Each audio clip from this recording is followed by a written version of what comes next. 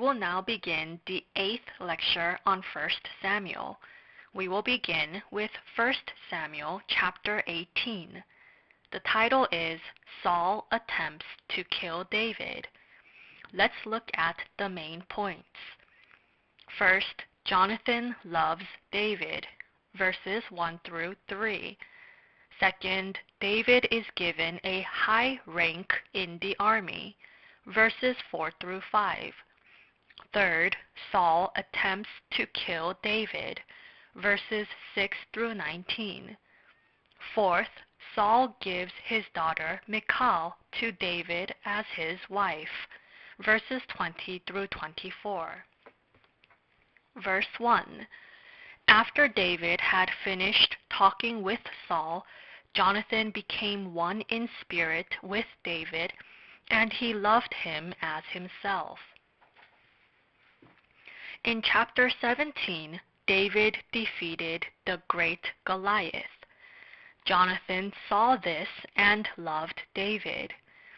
The Israelites could not defeat Goliath and were terrified. David was a young boy, but he defeated Goliath by relying on the power of God. Jonathan thought that David did what he could not do. If it wasn't for David, the Israelites would have lost in this battle. However, David defeated Goliath, and Jonathan considered David an important person. Jonathan loved David as himself. Verse 4. Jonathan took off the robe he was wearing and gave it to David, along with his tunic and even his sword, his bow, and his belt. Jonathan wanted to give all he had to David. Jonathan gave his robe, sword, and his bow to David. Jonathan gave his duties and position to David. Jonathan was in line to succeed King Saul as king.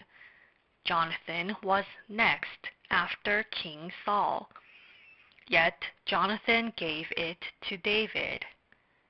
Jonathan was next in line as king.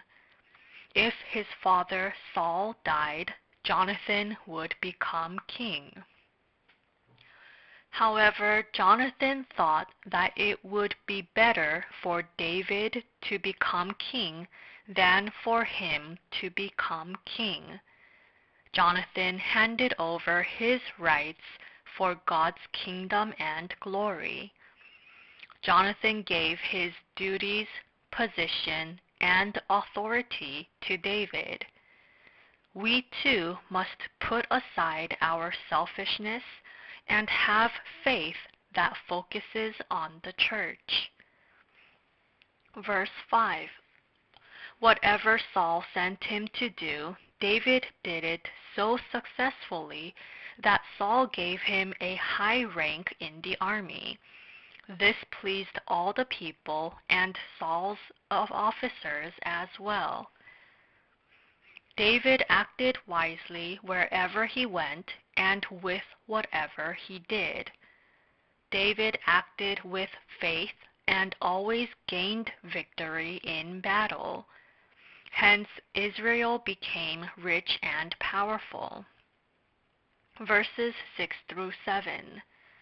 When the men were returning home after David had killed the Philistine, the women came out from all the towns of Israel to meet King Saul with singing and dancing, with joyful songs, and with tambourines and lutes. As they danced, they sang, "Saul has slain his thousands, and David his tens of thousands." When David returned from victory in battle, the Israelite women welcomed him with singing and dancing. What did the women say?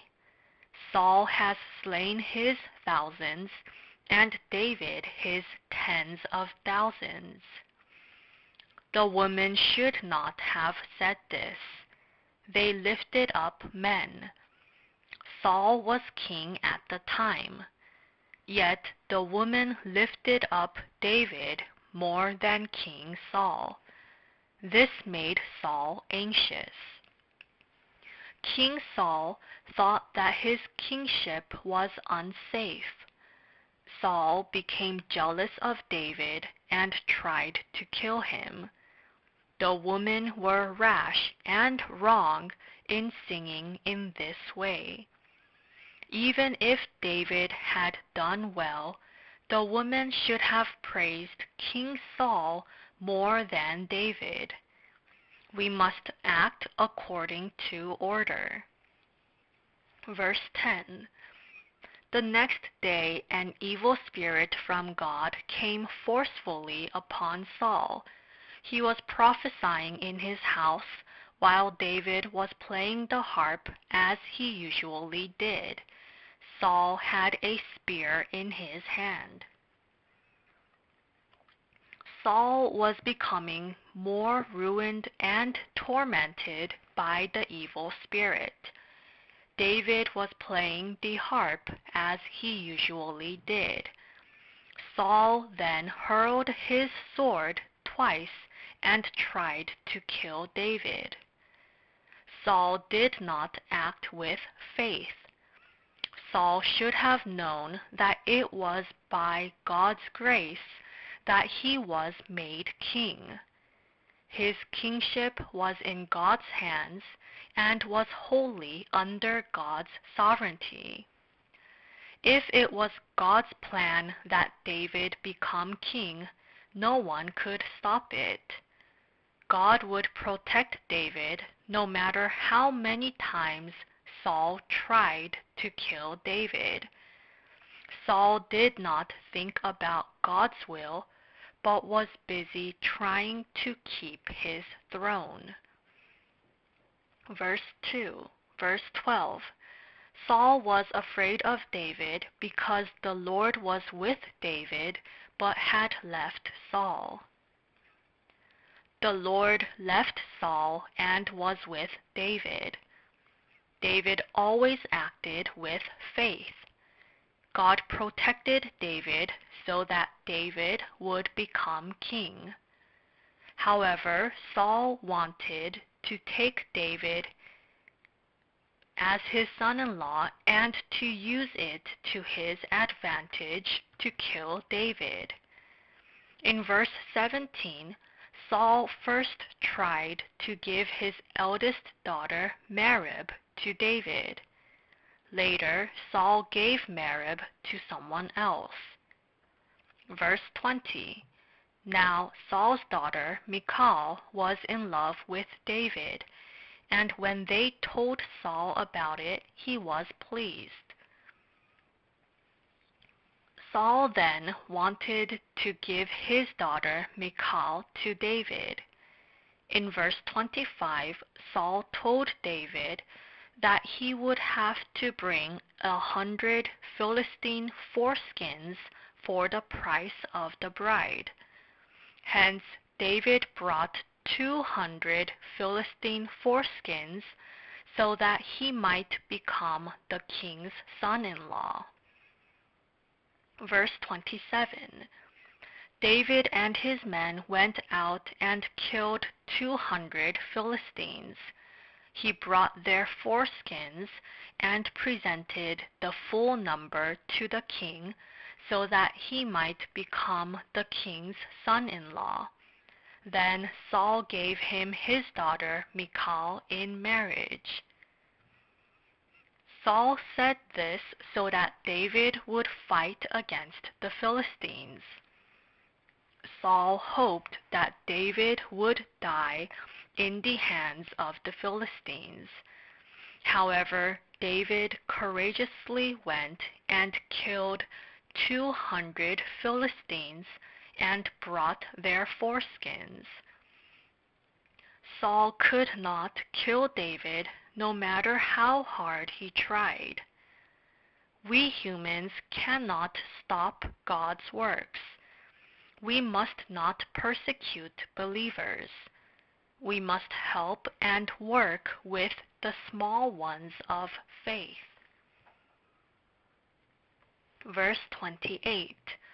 When Saul realized that the Lord was with David and that his daughter Michal loved David, verse 29, Saul became still more afraid of him, and he remained his enemy the rest of his days. Saul's daughter Michal loved David with all her heart. Saul planned to use his daughter to kill David. However, his daughter sided with David. Hence, Saul became more and more afraid of David. In this way, man's humanistic plans will ultimately be in vain. We will continue with chapter 19. The title is David Runs Away. Let's look at the main points. First, Jonathan helps David, verses 1 through 7. Second, Saul tries to kill David, verses 8 through 10. Third, Michal helps David run away, verses 11 through 17. Fourth, David goes to Samuel, verses 18 through 19. Fifth, Saul and his men prophesy, verses 20 through 24. Read verses 1 through 2. Saul told his son Jonathan and all the attendants to kill David, but Jonathan was very fond of David and warned him, "My father Saul is looking for a chance to kill you. Be on your guard tomorrow morning. Go into hiding and stay there." Saul commanded his son Jonathan and all the attendants to kill David. However, Jonathan was very fond of David. In verse 4, Jonathan spoke well of David before his father Saul and said, "Let not the king do wrong to his servant David." David did nothing wrong. David laid down his life and fought with Goliath and won. David was a person of merit who saved Israel. Jonathan spoke well of David before his father. However, Saul continued to try to kill David. Verse 8. Once more war broke out, and David went out and fought the Philistines. He struck them with such force that they fled before him. David fought the Philistines and always won. Saul tried to kill David with his spear. David then ran away from Saul. The devil tried to use King Saul to kill David. The devil worked to try to kill David and destroy Israel. Saul became a slave to the devil. We must throw away greed and arrogance. We must not be deceived by the devil. We must protect ourselves. Jude chapter 1 verse 21, 1 Peter chapter 5 verses 8 and 9. Verse 11. Saul sent men to David's house to watch it and to kill him in the morning. But Michal, David's wife, warned him, "If you don't run for your life tonight, tomorrow you'll be killed." David's wife Michal knew that her father was trying to kill David. Thus Michal helped David escape. God opened a way of escape through Michal. Verse 13. Then Michal took an idol and laid it on the bed, covering it with a garment and putting some goat's hair at the head. Michal helped her husband run away. She took an idol and laid it on the bed, covering it with a garment and putting some goat's hair at the head. Saul tried again to kill David. Yet when he got to the bed, David was not there, but there was an idol with goat's hair. Verse 17. Saul said to Michal, "Why did you deceive me like this and send my enemy away so that he escaped?" Michal told him, "He said to me, 'Let me get away. Why should I kill you?'" Saul said to his daughter Michal, "Why did you deceive me?" Michal answered, "He said to me, 'Let me get away.'" In this way, God opened a road of escape for David. Verse 18. When David had fled and made his escape, he went to Samuel at Ramah and told him all that Saul had done to him. Then he and Samuel went to Naioth and stayed there. David fled and went to Samuel. David received protection there and stayed there for a while. Verse 20. So he sent men to capture him. But when they saw a group of prophets prophesying, with Samuel standing there as their leader, the Spirit of God came upon Saul's men, and they also prophesied. Saul sent his men to capture David, and he sent them to Samuel, who was with a group of prophets. Then Saul's men were moved by the Spirit of God. The men began to prophesy. Saul sent his men 3 times, but they were all moved by the Holy Spirit and began to prophesy. Saul then went before Samuel. Saul too began to prophesy. What happened? He was moved by the Holy Spirit. Saul and his men were moved by the Holy Spirit. They received God's grace. They were filled with the Holy Spirit and were filled with grace. Saul too rejoiced in the inspiration of the Holy Spirit and prophesied before Samuel. In the same way, when we go near a group of people with faith, we too can receive grace. If we go near wicked people, we too will become wicked. When we go near servants who have faith, we will become people with faith. We must go near to God and receive spiritual grace. What is prophecy in the Bible? The Bible is the prophecy. Revelation chapter 1 verse 3. We must not let the inspiration of the Holy Spirit cease. We must not let the prophecy cease. 1 Thessalonians chapter 5 verses 19 and 20. If King Saul continued to receive the grace that he received then, he would not have become a wicked person.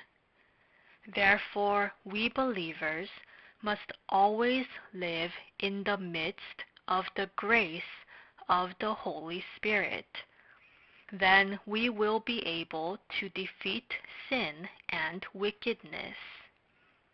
We will continue with 1 Samuel chapter 20.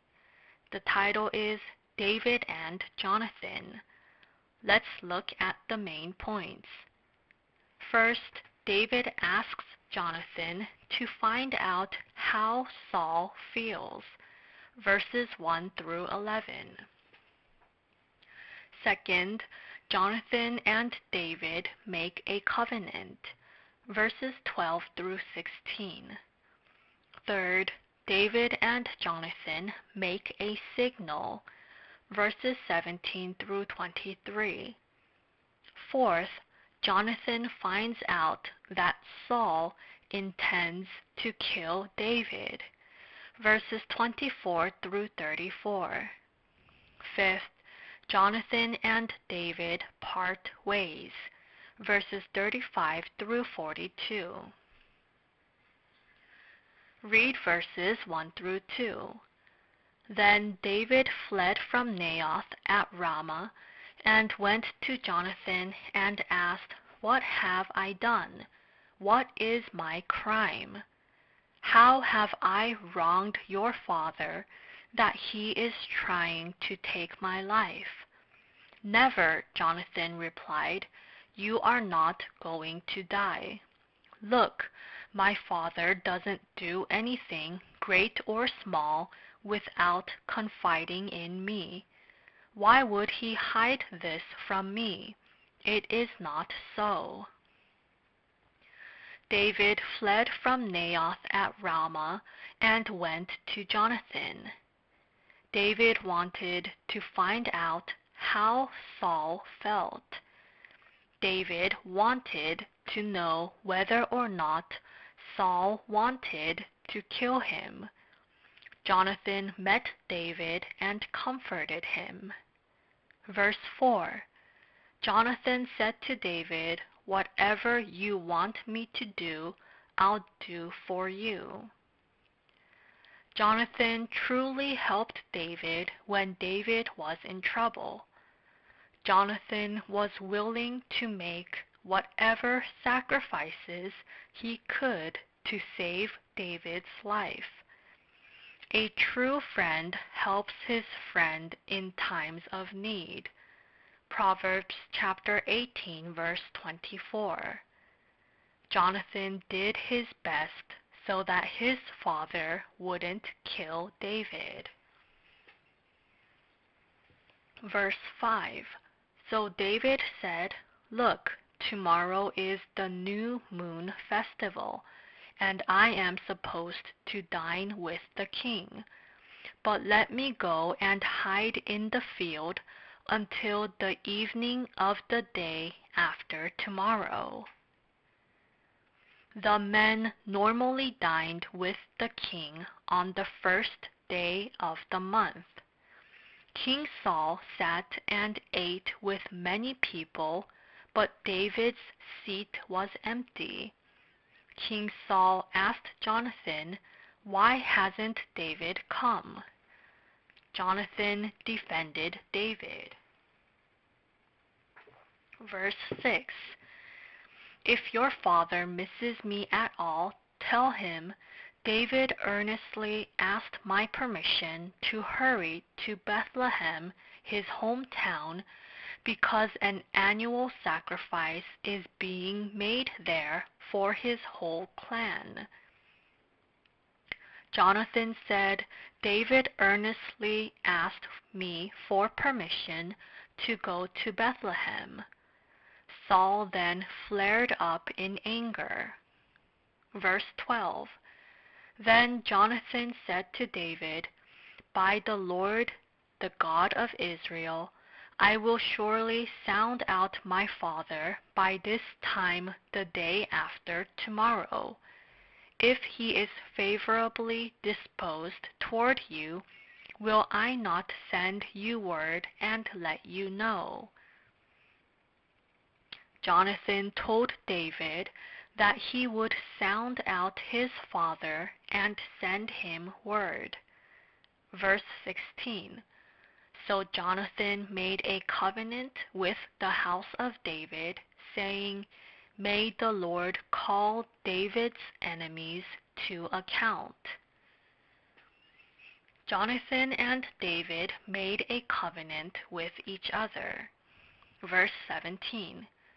And Jonathan had David reaffirm his oath out of love for him, because he loved him as he loved himself.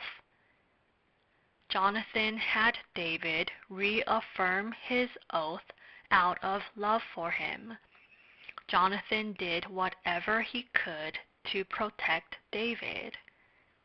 Verse 18. Then Jonathan said to David, Tomorrow is the new moon festival. You will be missed because your seat will be empty. Jonathan said, Tomorrow is the new moon festival. You will be missed because your seat will be empty. Jonathan said that he would find out what his father would say. They decided that Jonathan would then shoot arrows to the place David was at. Jonathan shot 3 arrows.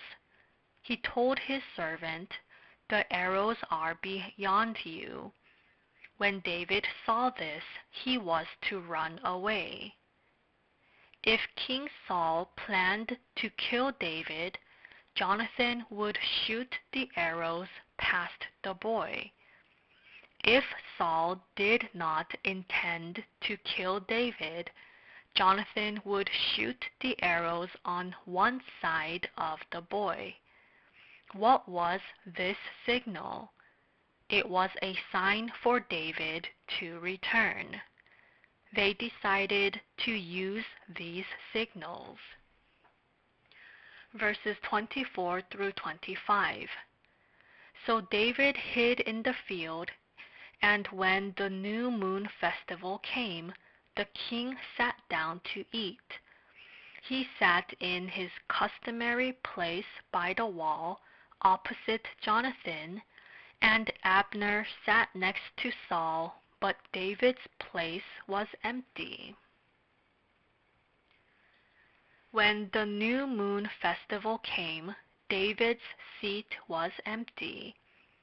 In verse 27, it says that David's seat was empty again on the 2nd day. King Saul asked Jonathan about David. Jonathan replied, David earnestly asked me for permission to go to Bethlehem. Verse 30. Saul's anger flared up at Jonathan, and he said to him, You son of a perverse and rebellious woman, don't I know that you have sided with the son of Jesse to your own shame and to the shame of the mother who bore you? Saul became angry. In verse 31, he said, As long as the son of Jesse lives on this earth, neither you nor your kingdom will be established. Then Saul threw his spear to kill Jonathan. Then Jonathan understood.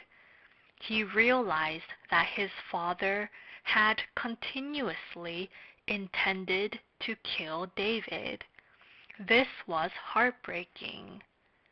Verse 35. In the morning, Jonathan went out to the field for his meeting with David. He had a small boy with him. Verse 36. And he said to the boy, Run and find the arrows I shoot. As the boy ran, he shot an arrow beyond him.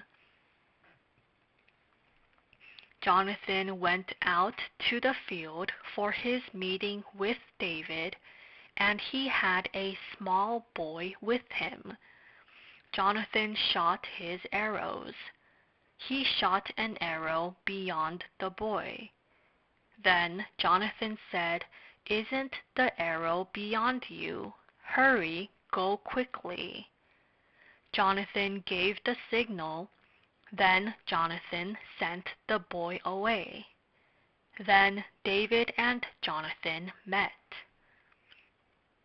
Verse 41. After the boy had gone, David got up from the south side of the stone and bowed down before Jonathan 3 times with his face to the ground. Then they kissed each other and wept together, but David wept the most. David wept. Jonathan was also heartbroken. Jonathan had no choice but to send David away. This was a great loss to Israel.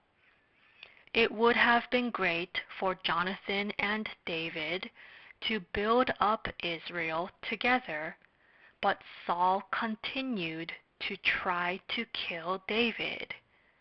Hence, Jonathan had no choice but to send David away. David had no choice but to run away. We will continue with 1 Samuel chapter 21. The title is Ahimelech and David. Let's look at the main points. First, Ahimelech gives David the bread of the presence, verses 1 through 6.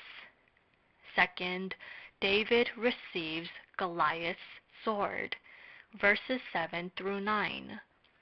Third, David flees to the king of Gath, verses 10 through 15.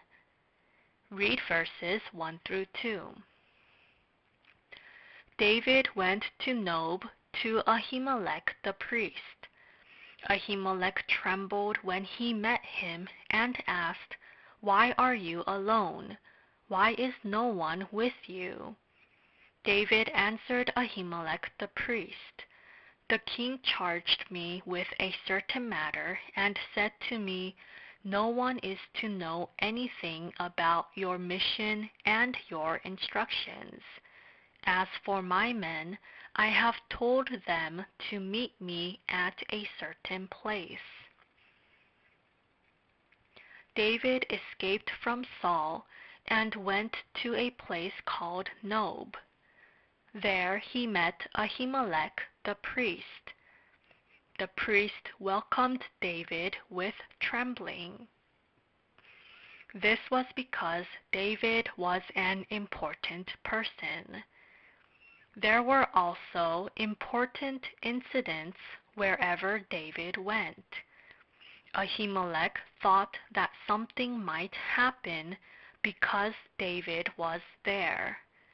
David then said, "The king charged me with a certain matter." David was not honest with the priest, but lied.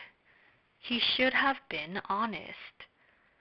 Later, Ahimelech's people would die because of David's lie. David asked the priest for bread. Verse 4.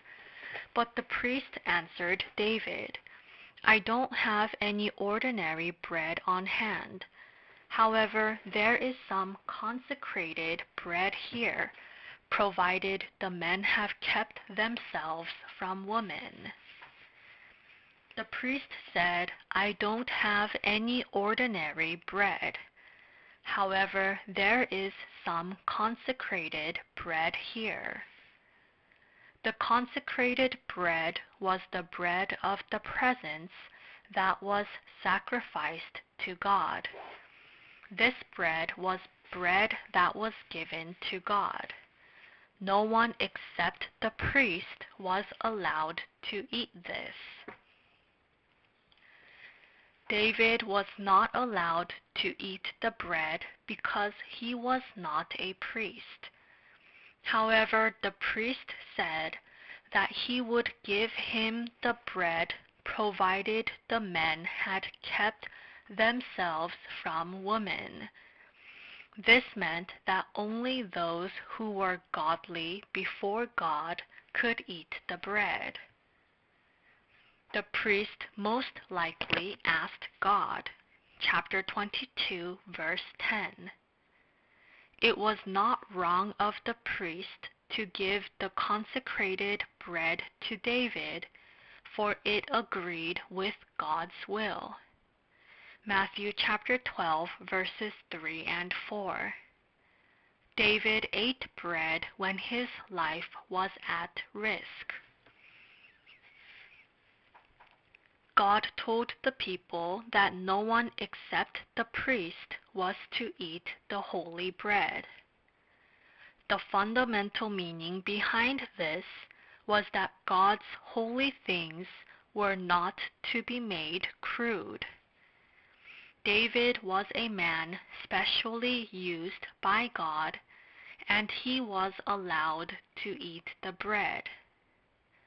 David lived a godly life, and he saved lives. Verse 7. Now one of Saul's servants was there that day, detained before the Lord. He was Dog the Edomite, Saul's head shepherd. There was a man named Dog the Edomite. He was Saul's head shepherd. David lied that he was going to carry out the king's order. Therefore Ahimelech listened to all of David's requests. Later, the man named Dog reported all these things to Saul. Dog reported that Ahimelech helped David. Thus Ahimelech the priest and many people died. Chapter 22, verses 11 through 19. Verse 10. That day David fled from Saul and went to Achish, king of Gath. David was afraid of Saul and ran away to Achish, king of Gath. Achish's men kept their eyes on David. In the past, the women of Israel sang songs. Saul has slain his thousands, and David his tens of thousands. Hence Achish, the Philistine king, kept an eye on David. There was a chance that David would be killed there. David then pretended to be insane. David made marks on the doors of the gate.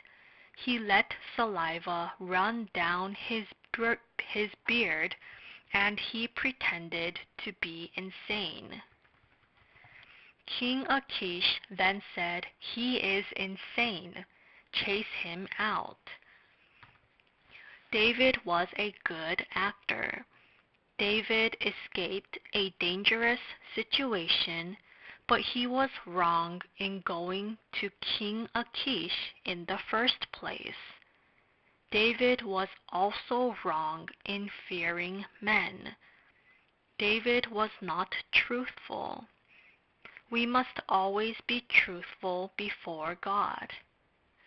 We must be truthful before people. We must not fear people. We must seek God and fear God. Our lives are not in the hands of men. God protected David so that he was not killed by King Achish. Even if David was a good actor, he would have died if God let him die. Therefore, David escaped through God's protection. David had many talents. David became the world's best musician when he was given an instrument. He became the greatest warrior when he was given a sword. He was the best shepherd. He became the best poet when he was given a pen, and he was also a great actor who would act like an insane man. David had many talents. It is good for us to have many talents. However, when we have too many talents, we will not rely on God, but rely on our talents. It will be easy for us to use our own ways and methods and not rely on God. Therefore, we believers must seek God alone with faith. Then God will protect us. Psalm chapter 34, verses 7 through 10.